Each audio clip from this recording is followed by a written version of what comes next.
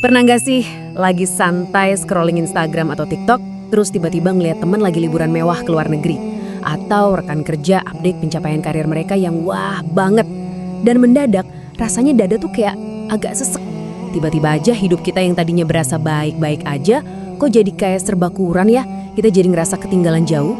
Kalau kamu ngerasain ini, relax, kamu sama sekali nggak sendirian. Kecemasan digital yang sering banget kita alamin waktu main medsos, itu sebenarnya adalah salah satu penyakit spiritual paling tua dalam sejarah umat manusia.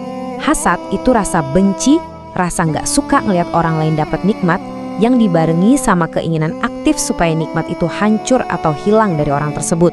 Tahu nggak dosa pertama yang terjadi di langit? Itu adalah hasadnya iblis ke Nabi Adam. Gara-gara iblis merasa dirinya lebih superior. Terus dosa pertama di bumi, hasadnya Qabil ke Habil yang ujung-ujungnya berujung pada pembunuhan pertama dalam sejarah manusia. Nah, lompat ke abad 21 sekarang, hasad itu muncul dalam bentuk pengguna media sosial yang saling dengki ngelihat pencapaian orang lain. Kita bawa masuk pandangan dari seorang ulama klasik legendaris, Imam Al-Qurtubi. Lewat tafsirnya, beliau negasin kalau hasad itu sebenarnya adalah bentuk penentangan terhadap takdir dan karunia Tuhan. Al-Qurtubi ngasih satu insight yang penting banget di sini. Nggak semua rasa iri itu dilarang. Beliau membaginya jadi dua. Pertama, hasad tercela. Nah, ini yang toksik abis, di mana kamu bener-bener pengen nikmat orang lain itu hancur. Tapi ada yang kedua, namanya hasad terpuji atau istilahnya ghibtah. Ghibtah ini, pas kamu ngelihat kesuksesan orang lain, kamu jadi terinspirasi, terus kamu berdoa minta dikasih nikmat yang sama, tanpa ada setitik pun niat jahat pengen nikmat orang itu hilang. Lewat kacamata dimensi psikologis modern menurut Buya Hamka. Melompat maju beberapa abad, salah satu ulama kebanggaan Nusantara, Buya Hamka, ngasih warning yang tajam banget. Beliau bilang, hasad adalah penyakit yang menimpa jiwa serta menghilangkan kewarasan manusia. Wah, ini sih luar biasa banget. Buya Hamka udah nyadar kalau hasad ini bukan cuma masalah etika atau sopan santun aja. Ini secara harfiah adalah gangguan psikologis.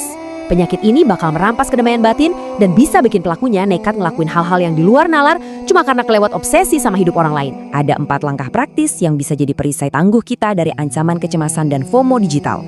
Pertama, memperkuat iman. Sadar kalau ada sistem jauh lebih besar yang ngatur hidup ini. Kedua, sikap ridho. Ini tentang penerimaan yang peaceful banget atas apapun yang udah jadi jatah kita.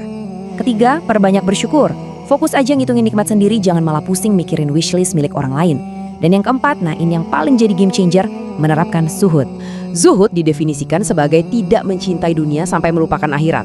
Kalau ditarik ke konteks digital, artinya kamu tuh tetap boleh kok nikmatin teknologi, update informasi, atau nongkrong virtual bareng teman-teman. Tapi bedanya, kamu nggak ngebiarin angka likes atau followers itu mendikte self-worth alias harga diri kamu. Kamu bisa online, tapi hati kamu merdeka.